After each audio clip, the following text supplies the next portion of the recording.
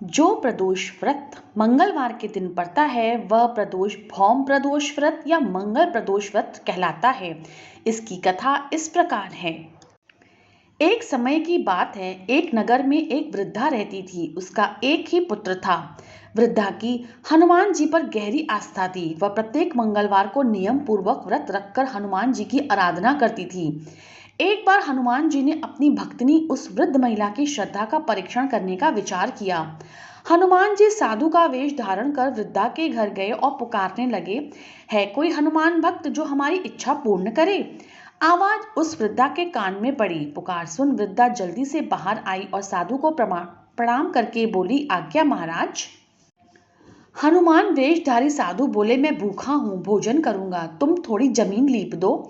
वृद्धा दुविधा में पड़ गई। अंततः हाथ जोड़कर बोली, महाराज, लीपने और मिट्टी खोदने के अतिरिक्त आप कोई दूसरी आज्ञा दे, मैं अवश्य पूर्ण करूंगी। साधु ने 3 बार प्रतिज्ञा कराने के पश्चात कहा, तू अपने बेटे को बुला, मैं उसकी पीठ पर आग जलाकर भोजन बनाऊंगा। यह सुनकर वृद्धा घबरा गई, परंतु वह प्रतिज्ञाबद्ध थी। उसने अपने पुत्र को बुलाकर साधु को सौंप दिया। वेशधारी साधु हनुमान जी ने वृद्धा के हाथों से ही उसके पुत्र को पेट के बल लिटवाया और उसकी पीठ पर आग जलवाई। आग जलाकर दुखी मन से वृद्धा अपने घर चली गई।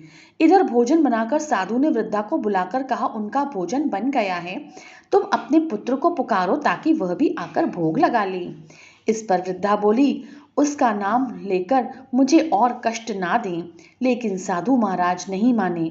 तो वृद्धा ने अपने पुत्र को आवाज लगाई। वह अपनी माँ के पास गया।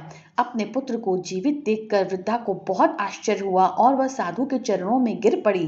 तब हनुमान जी ने अपने वास्तविक रूप में स्वयं को प्रकट किया और वृद्धा को भक्ति का आशीर्वाद दिया। बजरंग बली की जय। हर हर महादेव।